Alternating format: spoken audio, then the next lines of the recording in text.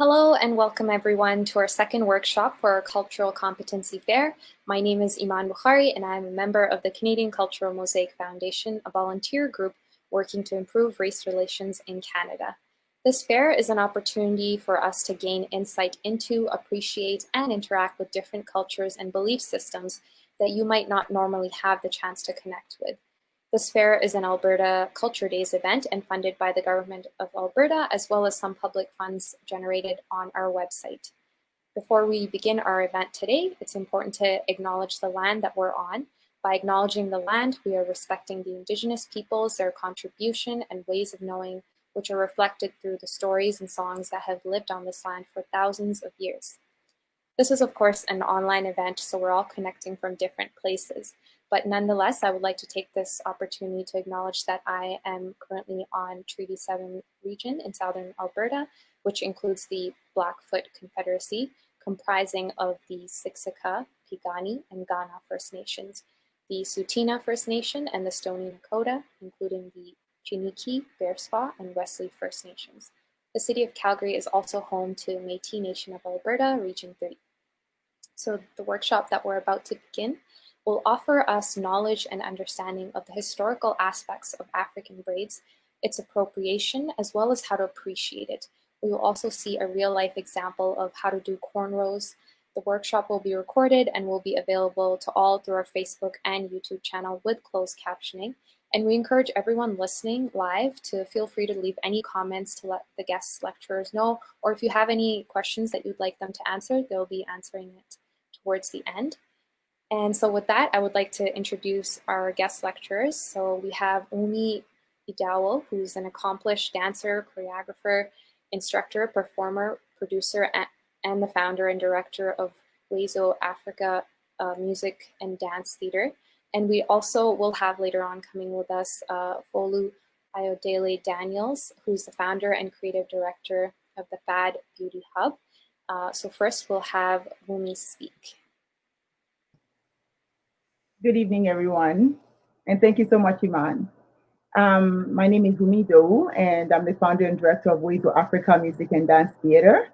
Wezo Africa is a performing arts organization based in Calgary, Alberta. Wezo Africa means welcome to the land of perfection, and our organization highlights the desire to bring the uniqueness of the African cultures to the public with a multidisciplinary approach that blends African dance, music, theater, and storytelling.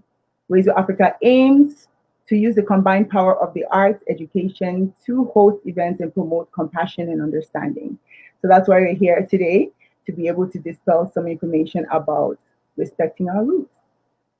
So we're going to move to the next slide, please.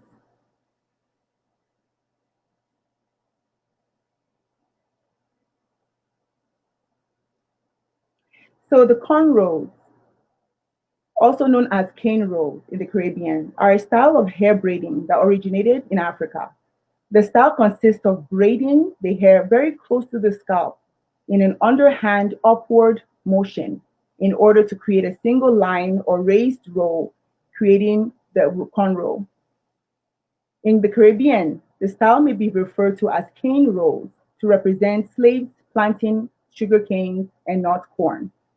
Cornrows, unlike braids, are a hairstyle where the hair is very close to the scalp and can be formed a geometric design, like crossroads or path formed in grain fields. It's often called African braid.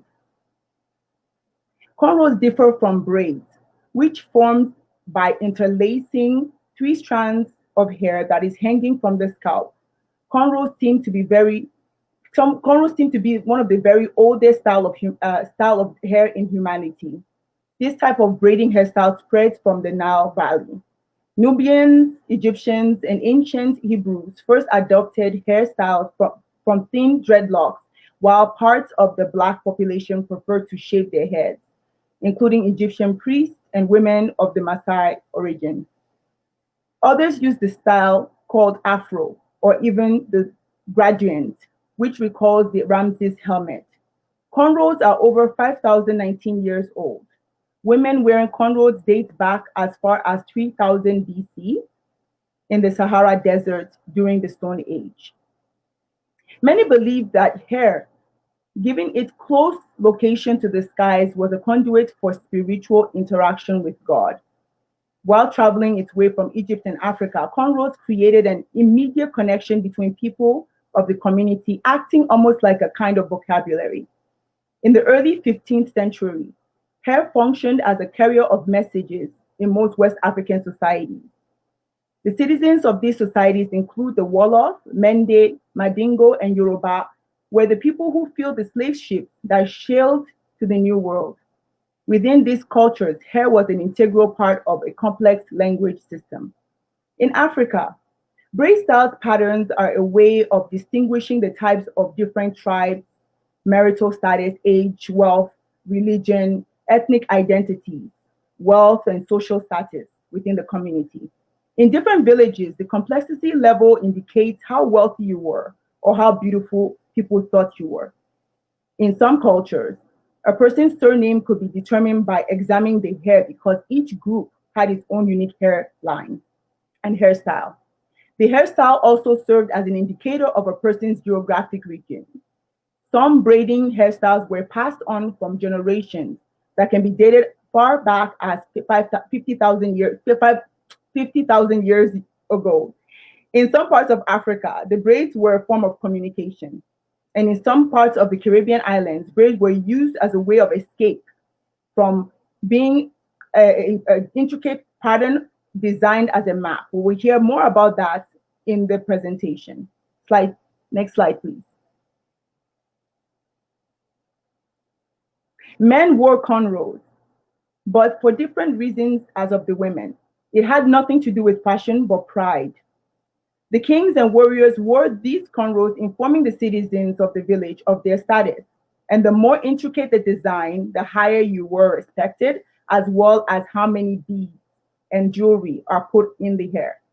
These hair accessories are still being worn throughout West Africa, Sudan, and the Horn of Africa, Djibouti, Eritrea, Ethiopia, and Somalia.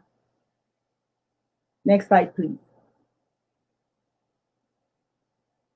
The expensive cornrow style worn by Fulani women. The Fula or Fulani tribe is the largest nomadic tribe in the world. They populate the Sahel region and West Africa. The tribe's traditional hairstyle is a big trend in contemporary braiding as of today. Hairstylists have named it the Fulani braid. The Fulani women would braid 5 rows of cornrows down and leave hair at the bottom and gather it together. These women were adorned by many by adding silver and amber discs into their shoulder-length cornrow braids, which became a popular and expensive style in northern area of Africa. Some states added their own touch to it by adding jewelry pieces and beads. These styles were like neat headpieces worn down the middle of the forehead, regal-like. Next slide, please. Braids were not just a hairstyle. This craft is a form of art. Braiding started in Africa with the Himba people of Namibia. The origins of braids can be traced back 5,000 years in African culture back to 3,500 BC. They were very popular among women. Braiding came 19 years after cornrows, but they were less popular than cornrow style because they were there before. The braiding hairstyles were mostly worn by Egypt and started to spread quickly into the northern Africa because people saw how expensive it looked, and it was. Various tribes throughout the continent of Africa had unique braiding styles to set them apart.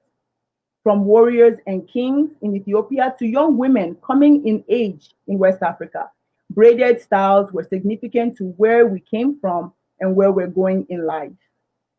You can see by the pictures of the mummified individuals with braids still in their heads. Next slide, please. Wearing a braided wig in Egypt showed a person's ranking and social status, even though most men and women had shaved heads or cornrows under the wig. Shaved heads was a sign of knowledge and nobility, but wearing a braided wig was way more sophisticated and expensive in their culture. Some Egyptian men would add braids to a straight combed wig as a battle warrior badge or medal. These Egyptian wigs were mostly braids, Many historians and colonizers like depicting them as straight, white, textured hair, which is disrespectful to the Egyptian culture and braiding culture.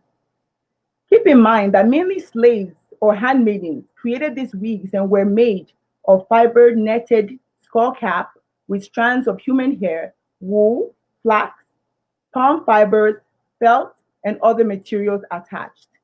Egyptians wore the best wigs when they were being buried, so they would look nice in the afterlife. The next slide, please. Many other African cities took these expensive braiding ideas from the Egyptians and transformed them into their own. In fact, the oldest known image of braiding was discovered along the Nile River by an ancient burial site known as Saraka. Braids were even etched into the back of the head of the Great Sphinx of Giza, which is over 4,513 years old. Estimated date would be about 2494 BC.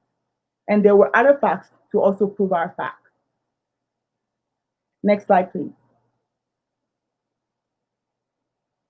During the Middle Passage, or the period in the transatlantic slave trade, where millions of Africans were brutally ripped from their homes and shipped to the New World, the heads of the captive slaves were shaved not only as a sanitary means, but also to take away their own culture and identity. The shaved heads were first step of the Europeans took to erase the slave's culture and alter the relationship between the African and his and her hair. Arriving without their signature hairstyles, Mandingos, Fulanis, Yorubas, and Ashantis entered the New World just as the European intended, like anonymous personal possession. Cornrow braids were a source of joy and happiness to these people. And without the unique styles, kings, warriors, and elite were no longer recognizable to their community members. In order to demonize and dictate the practices that slaves were forced to endure, laws were set in place around colonized regions and in states and the islands in order to strip slaves of their cultural traditions they were accustomed to before arriving to the New World. Many people were not aware that it takes almost 1 year plus for African hair to actually grow long enough to make a cornrow, since they were in harsh conditions, not used to the beautiful, hot, humid weather of Africa. Black people faced hair loss, funguses, and lice.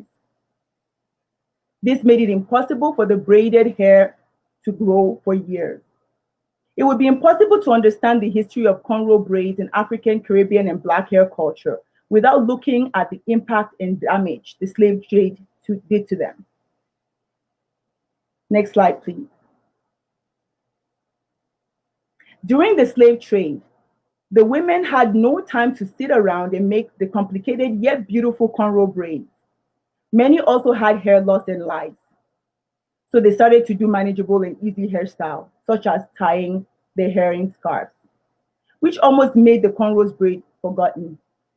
In a system in which they were in, where they were trying to stay alive, there wasn't enough time to make intricate styles, as slaves are brought over to help colonize America in the 1700s, and the non-European texture of their native hair was also referred to as wool.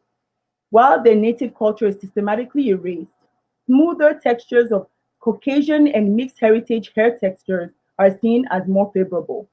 The phrase good hair makes its way to the dictionary, and the cultural stigma continues even after slavery ends in 1865. Next slide, please. By the mid-1800s, more slaves' hair started regrowing to the length that could be braided, but the hardships were getting worse daily. Many African women braided rice or seeds into their hair before journeying the Middle Passage, or on their way to enslavement, or braided it into their children's hair before separating between plantations so they could eat.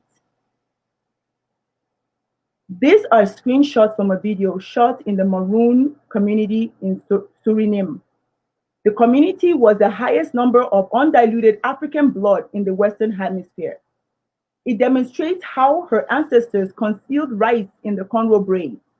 But more interestingly, Suriname is the only place where you can find specific grain of rice from Africa. The rest of the New World cultivated Asian rice.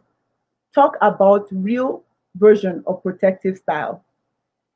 Slaves were not fed all the time, especially if their masters were not making enough money or wanted to starve them because of punishment. Mothers often braided the rice in their children's hair to give something to survive on while on the slave ship or escaping from a raided community in Africa. Also, hidden in their hair was black-eyed peas, small cassava cottons, maize, and other grains, depending on how thick the hair was. They also did this when they would escape from their slave owners' home so that they would not starve to death while without carrying too much weight on them, running away from the slave owners. This was a very clever but unhygienic invention. So some slaves did get sick from it, but it was the only way to survive. African Caribbean historians also trace that this method started when slaves in the Caribbean/Brazil were being shipped to America. It's an affirming feeling to know that our thick hair textured is both purposeful and beautiful. Today, the braiding technique that was used to hide grains is now known as flat braids or flat cornrows and remains a simple but trendy look among Black women around the world. Next slide, please. Since slaves were rarely given the privilege of writing material, or even if they have it, those messages or maps could create a lot of trouble for them if they were caught with them. Enslaved Africans used cornrows to transfer and create maps to leave plantations and the home of their captors. Women started using cornrows to transport secret messages, speaking on ways to escape to freedom, and in some cases, using the number of cornrow braids to indicate how many roads or lakes they needed to cross before meeting someone. It was even used as a map of the area they were in to show escape routes and secret passages to help them meet the Underground Railroad. No one could question or think that slaves could hide entire maps in their hair. So it was easy to circulate them without anyone finding out about it. Using hair as a tool for resistance has been evident across South America.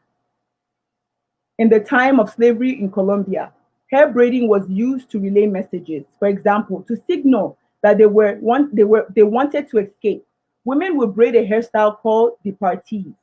It was a thick, tight braid braided closely to the scalp and was tied into buns on the top. Another style had curved braids, tightly braided on the heads. The curved braids would then represent the roads that they would use to escape. In the braids, they were also kept gold and heat seeds, which in the long run helped them to survive after they escaped. Next slide, please. As Black women and men started migrating to Chicago, New York, and other big cities in the US, in the early 1920s, non-Black people, and especially white women, saw the cornrow style as unladylike and very unruly hairstyle.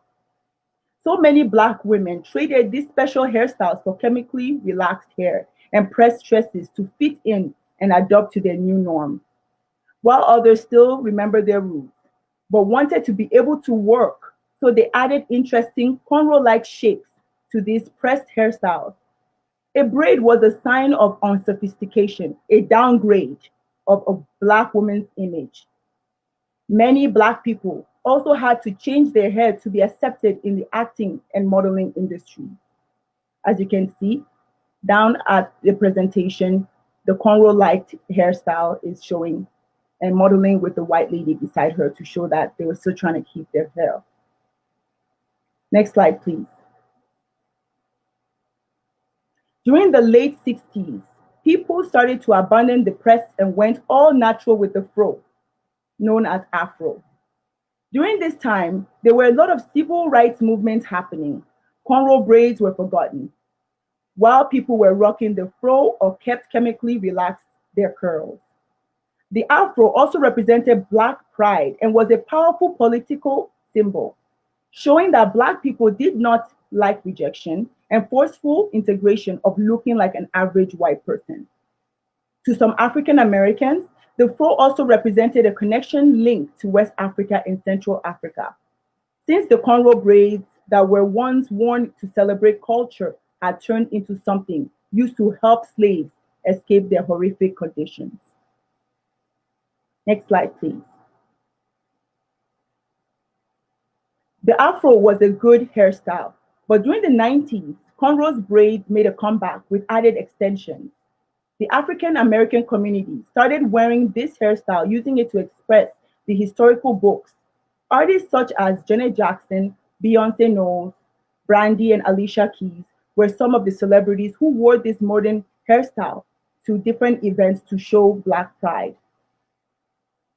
Next slide, please. Currently, you see people braiding extension cornrows, cornrows with their natural hair, or cornrows under a wig as a protective style, and many more beautiful hairstyles from Africa. Now we can enjoy the freedom of wearing this hairstyle without storing food inside of it or using it as navigation. Many Black men and women all over the world today can proudly wear cornrows without looking down upon by society. Although hair relaxers represent 21% of the Black hair care market, with expenditures at 152 million, we are still learning how to appreciate our hair type after it has been disqualified for more than 400 years. Black women and men are starting to see the beauty in their natural hair, and we're tired of pleasing societal standards. Next slide, please. Men and women outside the Black community are praised for their new and trendy looks, which unknowingly or not appropriate Black culture. It is important for everyone to learn about the history of braids and to know it's not just a cute style to wear. Braids are a protective hairstyle for many, and it holds a deep meaning to most. Cultural appropriation is an issue because of the history of the systemic destruction and exploitation of Black culture during the slave trade. So when we talk about cultural appropriation, it's not about policing who wears the hairstyle. We're basically pointing out the complex history of the exploitation of Blackness that has happened for so many decades. By doing so, they're dismissing the experience of women and girls who add their personal experiences to the conversation surrounding hairstyles that date back to 3,500 BC in African culture. These are sore spots over old wounds, and a good neighbor would know to leave some things alone. An issue at hand is the separation of Black culture from the people and history that created it. People embrace the hip or popular elements of Black culture, but not its people. There is pain that has to heal, a process that takes time and understanding. We are tired. We are tired of people profiting from our pain. Many do not know the deep and rich history of the hairstyles that saved the lives of so many. They do not know that its role in freedom struggles, which have led to the liberties now we enjoy. The interesting thing about a non-Black person wearing cornrows or braids is that they've had the privilege of continuity in their own cultural traditions. They are playing dress up in something that we fought to generate after having centuries of cultural disruption and suppression. What you're hearing in generations of hurt. What you're hearing is generations of hurt. Their privilege needs to be shared in that they share the discomfort with us. If a few people feel uncomfortable because of it, just think about what it's like to be African, Caribbean, or Black. Next slide, please. You can appreciate Black hair by not judging men and women when they have cornrows and braids and different beautiful textured hair styles and different looks, different colors. Instead of thinking down on them, remember that they aren't their hair. They're human beings. You can appreciate Black natural hair by not making fun of the tight curls or the beautiful afro. The best way you can show appreciation is not wearing cornrows or braids if you are non-Black, without giving appreciation and accepting more people with natural hair into the acting, modeling, and other industries. As a community, we must come together to alter these negative notations and respect the roots of braids. Braids are beautiful and it's symbolic resistance, freedom, love, and power coming to fruition. Black women had to endure all over the world, as well as the culture that braids were built on. I urge everyone to embody the beauty of braids and shed light on those around you by eliminating the stigmatization that braids carry. Thank you. So that wraps up the end of my presentation. And we're going to be bringing in Folu Ayodele Daniels. She's the founder and creative director of the FAD Beauty Hub. Folu is a trained healthcare management professional, but very passionate about the beauty industry. In 2016, she started the journey to creating a beauty hub, which shall be the effective center for all beauty activities as time goes on. Her goal is to give all her clients the expected outcome upon every visit and ensure each person leaves the space highly spirited, looking confident and beautiful. Folu brings her professional experience, especially in the area of quality assurance, to every aspect of her business. She is skilled in the area of bridal and event styling, makeup and variety of African and modern hairstyles, weave, wig installation, and so on. For her, the beauty industry will forever be her happy place and can't wait to explore all the industry has to offer. So we're going to have Folu and her beautiful model show us how to cornrow hair. Go ahead, Folu. Hello, everyone. Hello. Thank you, Wumi, for the beautiful presentation. And I'm really grateful for this opportunity to, participate in this beautiful show.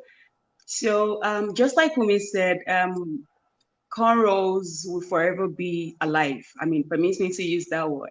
Cornrow forms the basis for everything we do. Like, if you want to have a weave done, if you want to have anything done, cornrow forms the basis for everything you do. So it's very important that we all know that we can't do without cornrow as a Black person. We can't do without it. You want to do any style, say crochet, for example, you need the cornrows to form a base for your style. If you want to wear your wig, you need a cornrow to make your wig sit properly, so you don't have this bumpy look. If you wanted anything, name it. It helps your hair to even grow. So everything she said in her presentation is absolutely correct. We could relate with it because that is exactly what it is now. Everyone is now dancing to the tune of having their hair cornrowed. Doing different kind of styles. So today I have with me my friend Jamin, who is going to be my beautiful model. Jamin, say hello. Hello, everyone. Yeah, so I'm just going to be demonstrating on her the way to cornrow. It's a very easy step. And then before I go on, I'm going to show you some of the supplies you will need for this style. So first of all, you will need your comb. It is very important to have a comb to part your hair. So this is going to give you a very neat finishing. You need a wide comb. I don't know if you can see this. Yes. Yeah, this is going to help you detangle your hair because for you to achieve a very beautiful cornrow, you need to properly detangle your hair. It's very important. So the person you're cornrowing for is not also going to feel very uncomfortable. So it's very important for you to detangle. Also, one of the things that we do is to ensure that you have a moisturizer which helps you to, get this neat finishing for your cornrow. All of these supplies are the things you can get at your local beauty supply store or Walmart. This is a padding clip. This is also going to help you keep your hair in place. So any clip whatsoever can be used to do this. So I'm just going to jump right into the tutorial. It's very easy. So I'll just practice that using my mother's head. So Jamin's hair is already moisturized. It's already washed. It's clean. So we already achieved some cornrows. this way, and this is the other one on this side. So I left this portion for me to show you all how to do the style. So first of all, for beginners, what I always explain is the fact that you can patch your hair into, let's say if you want to start this process, one of the best way, the easy way to get a hold of knowing how to cornrow is going step by step. So the first thing you would do is part your hair this way, and then you would section the hair into three. So this is the hair you will grab. So I'm using this chunky part of our hair to explain, so it will be more visible and you'll be able to understand it better. So you first part, you can do like this. You can use your hand or you can use your comb, the rat's tail comb. So usually using your finger is important. So you can use your pointer. You just divide this way. So once you have this section, you can divide it into three. So you have one on your right hand, you have a portion on your left, and this is the middle one. So I don't know if you can see this. Yes. So this is the middle, this is the one on the right, this is the one on the left. So one of the ways to go about it, first of all, so use one hand to hold the one on the, use your right hand to hold the one for the right. The one on the left, use your left hand to hold it as well. And the middle, just leave it at the way it is. So you pick the one from your right hand. It depends. I'm right-handed, so I'm going to be starting from my left. So some people who are left-handed will probably go using their lefts, going from their left. But I'm right-handed, so I'm going from my right. So you pick the one from your right. You will use your pointer. You cross it over from where this right one, the one from the right is. You cross it over to where the left is. Can you see that? Yes. Yeah, so this is the one from, I'll explain that again. This is the one from the right. This is the middle. This is the left one. So you pick the one from the right. You will use your pointer and cross it over. You bend it over from the one in the middle to this side. And then you use this pointer or pinky finger to just pull it. And then use your left hand to pull this, which is the middle one. So the job is between you interchanges like crisscross. I don't know if that makes sense. Yeah. So you just cross over this way and then use your left hand to pick this. So once you pick this, go again. So you just cross over under the one from the middle, and then you will grab the one on the right. So I'm just going to show it one more time, and then I'll just go right into it. So again, you divide the first portion. It's not important you do this. For people who are just learning, this is a very quick method for you to understand how to cornrow. But for people who are used to cornrowing, you just go all the way and start braiding. But for starters, it's better to just go this way first. You have this, divide the section into three, the one on your left, on your right, the left, and the middle. Cross this over, like use your pointer to cross it over, and then pick this one in the middle, and then use your hand to cross it again over to the right. So if you're left-handed, it will be the other way around. So again, you will pick this, use it again, and cross it again under. I don't know, can you see what I'm doing? Yeah, you cross over again, you pick it and use your left to pick the one in the middle, and then go again. So I'll just put this to the back so you can see. So this, yeah, can you see that? And then the middle again. So you will just be, it's just like you're doing something like this, like a tree braid. So it's just going to be like this. So it's like you're doing something like this. Let me do it this way. So it's like you're doing something like this, this, this, this, this, this, but in a linear motion, like going backwards. So that's exactly what you're doing, but you're just doing it, picking the rest of the hair. So now go this way, pick this, take the one from the middle, cross it again over, cross it and bring your the pinky from the left hand, use it to grab the one on the right.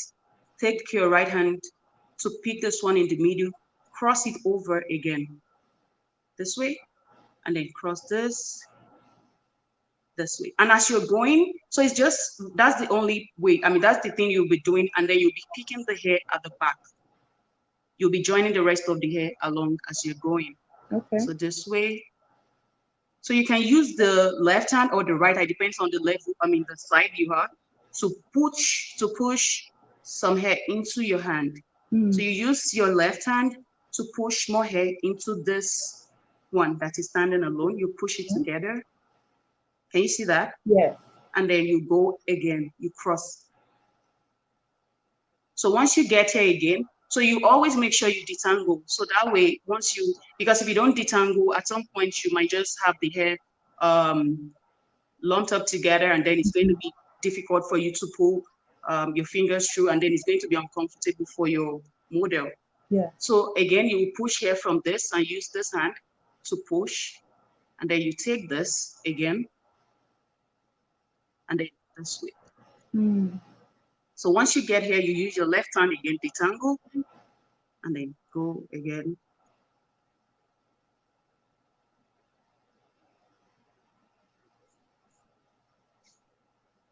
So is it hurting?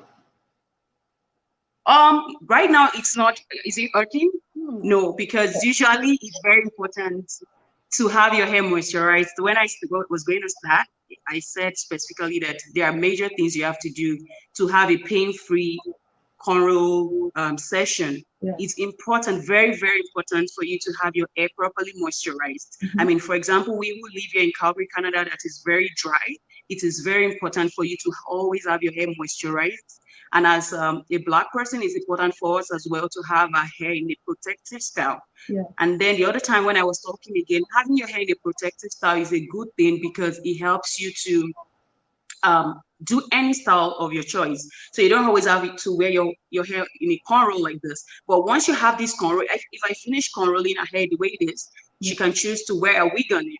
I can choose to bring an extension and crochet it into her hair, and then it's going to form another style. Yes. So that way her hair is going to stay protected, and that way it's going to be protected from the harsh weather. Her hair is going to be resting over a couple of weeks. When she loses it, she will do like a growth. Yeah. Depends on how much you are, like taking good care of your hair. So moisturizer is very important. Detangler is very important. Moisturizers, conditioners, these are the things that it's very important for you to put in your hair to have a very pain-free, easy cornrow session. So do I go ahead? Yeah, continue. Okay, so it's not painful for her at all. She prepped, her hair is already prepped and all that. So like I was going, so this again, you just cross and go this way. So one thing I would like to say here is that consistency is key.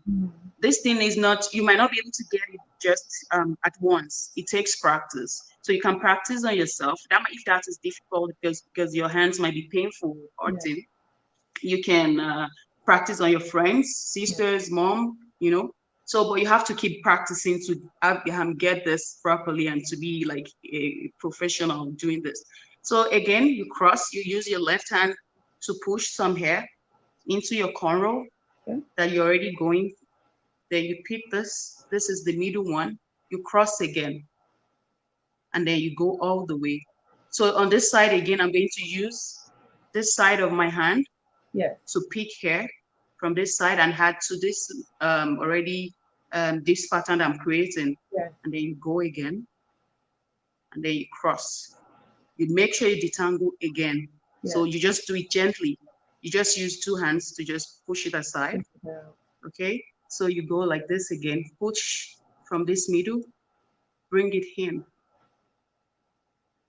Detangle, push some hair in from here, and then you go again. So it's just the same process that it's just repetition. You just keep repeating the same thing. And then as you're going backwards, you keep pushing more hair into the pattern you're creating. And then you detangle, which is very important. Even whatever hair type you have, it is very important to detangle because the cross, the way we are interchanging the hands would definitely make the hair to be like lumped up. So, but it's very important to use your fingers to detangle. And if it is very difficult, you might use your white tooth comb to also comb through. And for you to have a very nice and neat cornrows, again, you have to always comb out all the knots, the detangled parts and all of that. Well moisturized there and all. So you go again, this, and detangle. So if you Cross were to again. add extensions into the cornrow, why do people do that? Right now, this is all our hair. Yes. So Jermaine's hair is like this length. This is all our hair. There's no extension in it. Okay. So if somebody was to come and say they wanted extension, what would be the reason for that? Is it because their hair is too short, or you can't pick? Okay, so for cornrows, usually, if you have like an inch, if your hair is like as long as an inch, it's okay to be able to do a cornrow with it, because you'll be able to add the extensions. Yeah. So sometimes your hair might be this long, say from here to here. Yeah. But for African black hair, usually our hairs are our hair type, we have this shrinkage. So usually when the hair is just looking short, it actually might not be short. So all you just need to do is, when people say, oh, Follow, I want to make my hair, but it's so short, I tell them, send me a picture or a video of your hair, stretching out what the hair, stretch it out and let's see what it looks like. So from the way the picture is how I would know if the person's hair actually have that shrinkage, because with some shrinkage, you can actually do a perfect cornrow without adding an extension. But some people's hair, you have to add the extension for them to be able to have their desired length. Yes. So extension is possible. So far you have, let's say, about an inch of hair length. Yeah, okay. That should be possible. That would be possible. That helps. It looks beautiful. I know you want to continue to go ahead and do it. Okay, I should go ahead. So I was wondering if I should start on, if I should loosen this, at least I can show how to loosen as well, and then start again, and at least. Okay, is that okay? If you have to loosen it, that'd be good. Yes, go ahead. Yeah, so because sometimes it's difficult to take out a cornrow. So one of the things you can do is to use your comb again. But for most of us, we are so used to cornrow that we use our fingers to bring it out.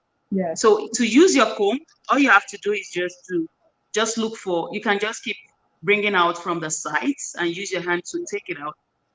Okay. Or you can just use your hands, like I'm so used to. For me, like you just go like this. It's just like you're unraveling. But you have to be gentle while doing that, because by the time you have your hair for like some weeks, it's going to be matted up, especially in the root.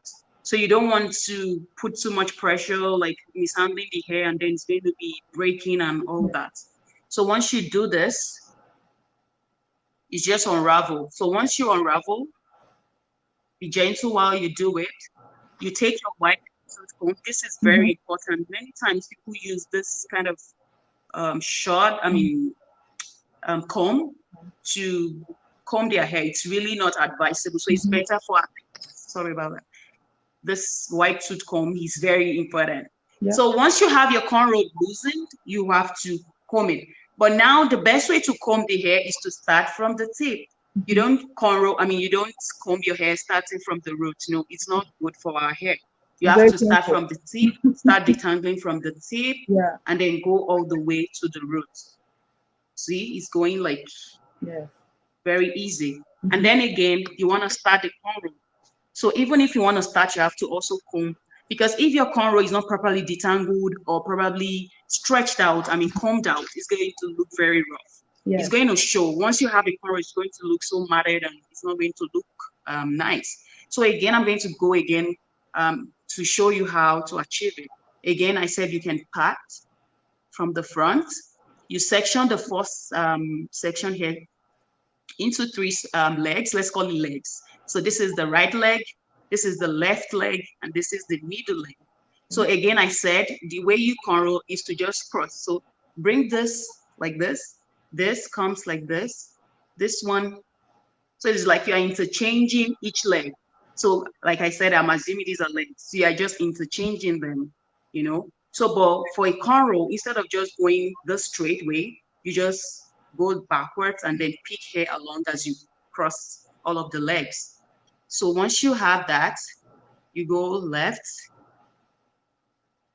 This is my right. This is the middle, so go this way. Mm-hmm. Take this one from the middle, cross it over and meet the one on the right. And then take this one, cross it again, let it go meet the one on the left. The middle also, bring it again, let it go meet the one on the right. Okay. This middle, let it go back and meet the one on the left. I think does that make sense? Yes. Yeah. And this one on the left wants to go to the right, then you take it to the right. I mean, and this one again, take it and let it go meet the left. So it's just like the right going to meet the left going to meet the right. You know, while you have the middle just trying to, okay, anywhere you put me, I'm going. So if you take it to the left, it goes there. But if you make a mistake taking it to the wrong leg, to the wrong part of your hand, it forms an awkward cornrow. So this is the middle again. I want to take it to the right. This is the right. And so then here is the middle again. The middle is just the one you're interchanging. Takes it back to the left. There's a rhythm that it forms, Folu, when you do it. So just do it like normally and let them see the pattern in the rhythm that you go Okay, with. I would do it normally. Yes. So again, I'm going to unravel.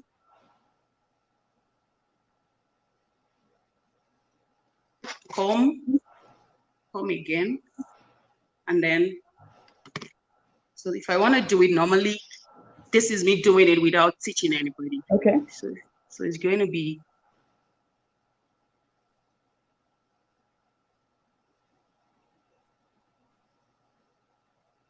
So make sure you're watching the fingers is picking it up and going around and picking it up and going around, just as she has been teaching. And you can see that she's also detangling as she's going back and ensuring she's picking the hair to ensure that the hair is going backwards. And it depends the style you want to do. You can part it in a different direction to create a different design. From the presentation, you saw different designs in there, but this is just going all back. This is what we call all back, right, Folu? Yes, this is called all back. Yeah, there are different names. Yeah, this is different names. In my dialect in Nigeria from the Yoruba ethnic group, we have Patewo. Yes, Kolese.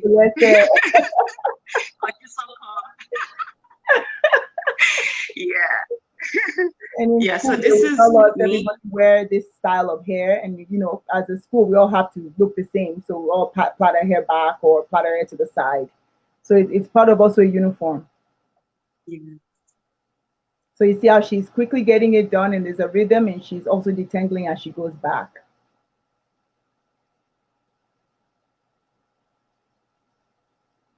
Beautiful. So I'll let you continue. Thank you so much, Folu. Really appreciate it. Fad Beauty Hub.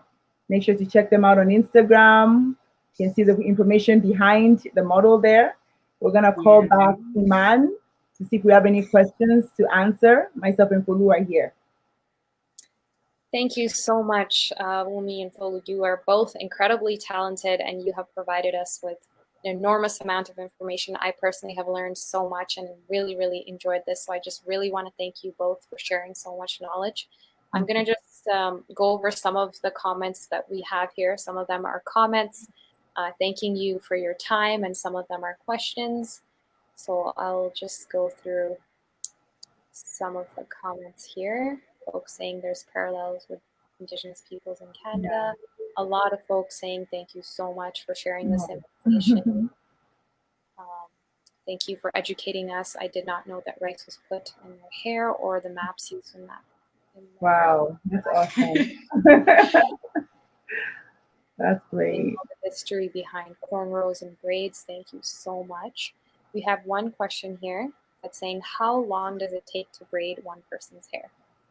Okay, so I'll leave that for Folu. That's a question for a hairstylist. Okay, thank you so much for that question. So basically, the time it takes for me to finish, like for example, if I'm going by 1, 2, 3, 4, 5, 6, say like 9 braids for her, it takes me maybe about 30 minutes for her hair. So, and then it depends on the style. There are some styles that you have to be there for 6 hours, 7 hours. It takes, so majorly it depends on the style first. It depends on the volume of the person's natural hair. It depends on the volume, it depends on the length, it depends on the the length of the extension, if the person is going to be adding an extension. So a lot of things, I mean, like a lot of factors come into play when it comes to knowing how many hours it takes to do a cornrow. So for her, for example, if I'm just doing this all back for her with this speed, it's probably about 30 minutes, 20, 30 minutes. Yeah. Thank you. And we have a comment here. What a patient model. She knew what she signed up for. When you come to get your hair braided, you have to bring snacks, drinks. You have to prepare Exactly. for a lot of hours. It's some are actually 8-hour shifts, so Yeah. you can actually assume that you're going to work. So you start in the morning, you go back after 8 hours. And some people also have multiple people braiding your hair at the same time. So you can have one person here, one person here, one person doing the back, and they're all finished. So it's really, and that makes it faster too, especially with the really small braids, like very tiny braids that looks like hair. Yeah. So what a clear demonstration. Thank you for that. Lots of folks saying that they had no idea about the history, and thank you so much for sharing. Thank you. One question here, would braiding be considered a cultural bonding activity for parent and child? Oh, definitely. You know, I remember my aunties, my mom, my grandma sitting, you know, on a chair, and I'm sitting either on the ground or we call it apoti, or is a stool, and they're braiding my hair, and I'm asking questions about her childhood. You know, was she a naughty, you know, little girl, and what did she do? What did she eat? What did she do for fun? And this is an opportunity for us to get to know each other better. So for me, definitely it is. Folu, do you want to answer the question? Yeah. So what was the question again? Like the would braiding be considered a cultural bonding activity for parents and child? culture for parents and child. Honestly, like me, for example, my mom will literally just ask me, "Oh, what happened today in school?" That was like a catching up moment for my mom and I. Then, like you'll be like, "Oh, so why did you do this? Oh, I saw you talking to this so person the other time. What were you guys talking about?" You know, it was. I mean, even me, for example, I have 2 girls, and then when I'm braiding their hair, it's a time for me to probably sing along with them as much as I do at other times. But you know, for me to engage them in enjoying the process, because sometimes it's not fun sitting down and getting all these things done. so I try. So usually it's like a very good time for mom and mommy daughter, or mommy son, or daddy son or daughter moment. So it's a very good moment. I mean, to catch up and do all stuff. And then in that process, the child can actually learn in doing this thing as well. Yeah. Awesome. And if there are more questions coming in, audience, please feel free. Now is the time to type them up. We have this one question saying, as non-Black people, how can we show acceptance as being normal hairstyle? So how can we show acceptance for braids and cornrows? Should we acknowledge and mention anything or avoid saying something? I'm wondering if avoiding saying anything can make the person more uncomfortable or feel ignored, or on the other hand, if saying something makes them feel like they're put on the spot. So in the context of showing acceptance to the person, like let's say I saw Folu, I'm a non-Black person, and I saw Folu with braids, and I'm commenting her braids, or I really don't understand the context. Iman, if you can give me some. I think they're just saying that like, for example, I'm not Black, and if I see you with cornrows and I think that they're really nice, can I compliment, or is that being put you on the spot? Or of course, like we're wearing beautiful African fabrics right now. If you saw me walking in Superstore and you saw it's a beautiful color you like, you would say, "I love your dress." Just the same. Yeah.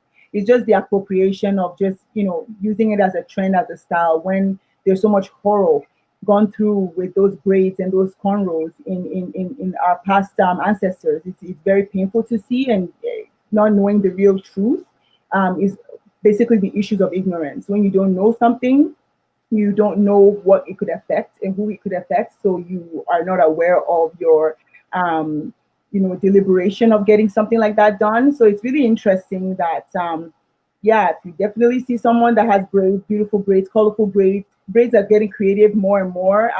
I've seen blue, I've seen yellow here, and then pink. Like I've seen so many different, and it's beautiful. So definitely appreciate it. It looks beautiful. and compliment the person will be very happy to hear that you like their hair.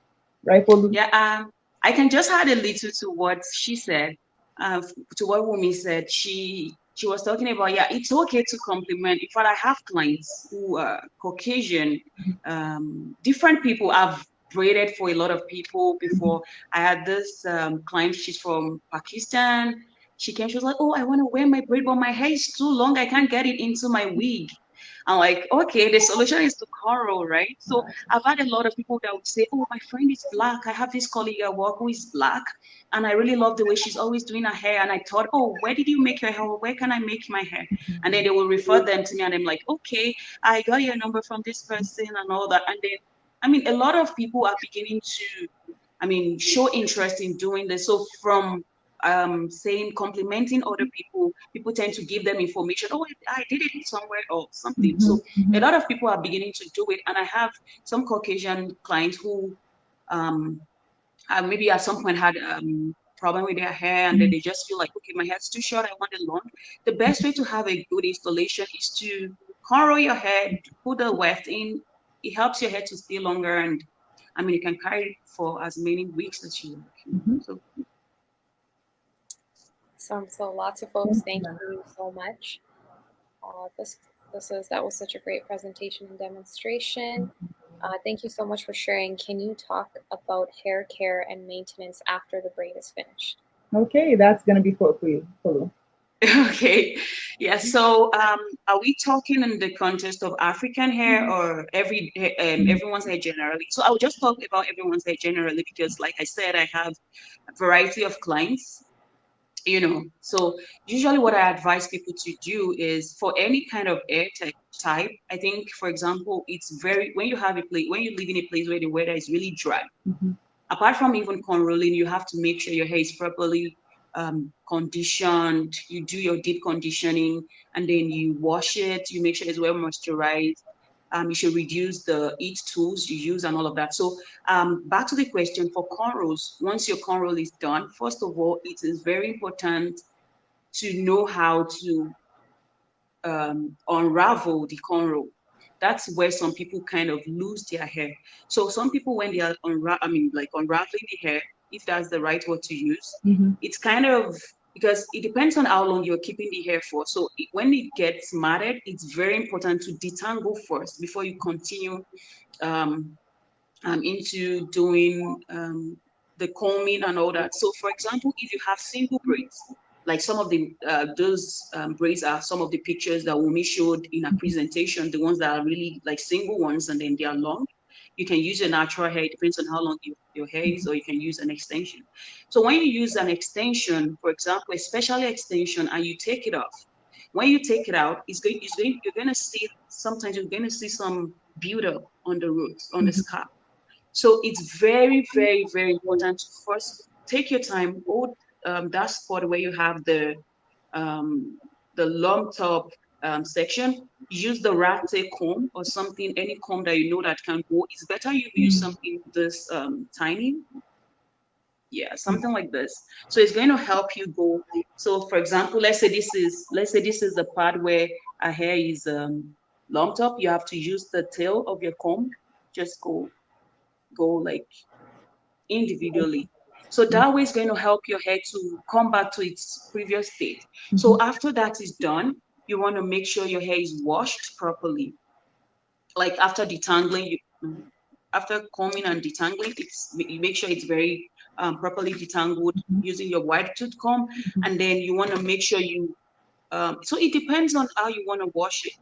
For some of our hair, it's not good to always use your shampoo, and make sure you use the non-sulfate, sulfate-free shampoo. So once you do it, say you want to wash your hair every 2 weeks, it's not important for you to keep using shampoo every time. So you can alone can just use your deep conditioner or leave-in conditioner. Just leave it, let it sit for a while, because if you keep shampooing all the time, you can get rid of the natural hair, the oil in your hair. So it's good to just have that deep conditioning done. So when that is done, leave it for a bit of say 30 minutes or at least like 30 minutes, for example. Follow the instruction written on the bottle of your conditioner, and then you rinse it off. Sometimes you just rinse, and once you rinse, I mean, you get rid of the dirt. So usually make sure your hair is properly, in summary, make sure your hair is properly detangled before combing. Once it's properly detangled, comb it, starting from the tip down to the scalp.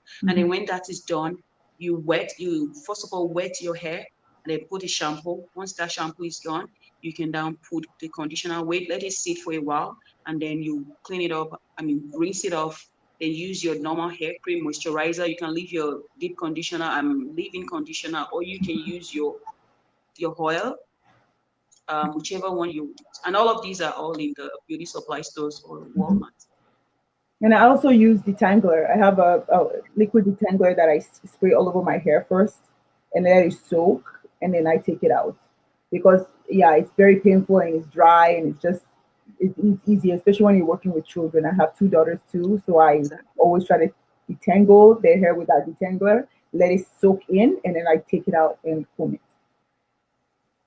Yeah, thank you so much. This is so knowledgeable. Even just like for me, I'm just like, I need to moisturize my hair. I need to do more because I remember as a young kid, my grandma always used to put, so my background is Pakistani, and my grandma always used to put mustard oil in my hair. And she would like really just rub it in, and I'd be like, oh, like I'm in so much pain. But then she's like, trust me, this is going to be good for you. And I haven't done that in years.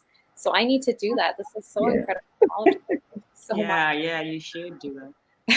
Yes, and there's lots of folks just thanking you for educating them towards intercultural competency and particularly about the African braids in the cultural context. And we have one last question here, and I think it's in regards to the demonstration that you had done with the cornrows, and it was just saying that the demonstration that you just did, is that for like all genders, or is it just for girls in specific?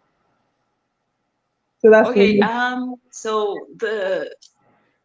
that's the way it's done on all gender. Everyone, old, young, adults, children, everyone. That's the standard procedure. But again, I said, if the other time when I was demonstrating, I mentioned that if you're left-handed, usually you go from the left first, but because I'm right-handed, that's why I had to go from my right hand first and then interchanging. So it depends, but it's the same way for everybody, Black, Caucasian, everybody. And same thing with not just cornrows, dreadlocks, twist, extensions. I've seen men with extensions, bald. I have my hair is short. It's all, any gender can do any hairstyle. I don't think there's any rules of engagement. I don't know. I've ever seen any men do weaves though. Olu, have you ever had any men come to you to ask for weaves? No, not yet. So basically, men come for cornrows. Yeah, basically. So there you go. I would like to do that one of these days. So yes, that's true. Thank you so much. I really appreciate it, Folu, for coming. Thank you so much. Our beautiful participation. Thank you so much, Iman, for having us here.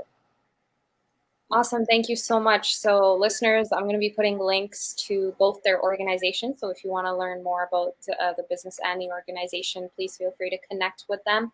And we still have 6 more presentations to do this month. So please connect with us. Again, thank you so much to Folu and Wumi both for sharing your incredible amount of knowledge.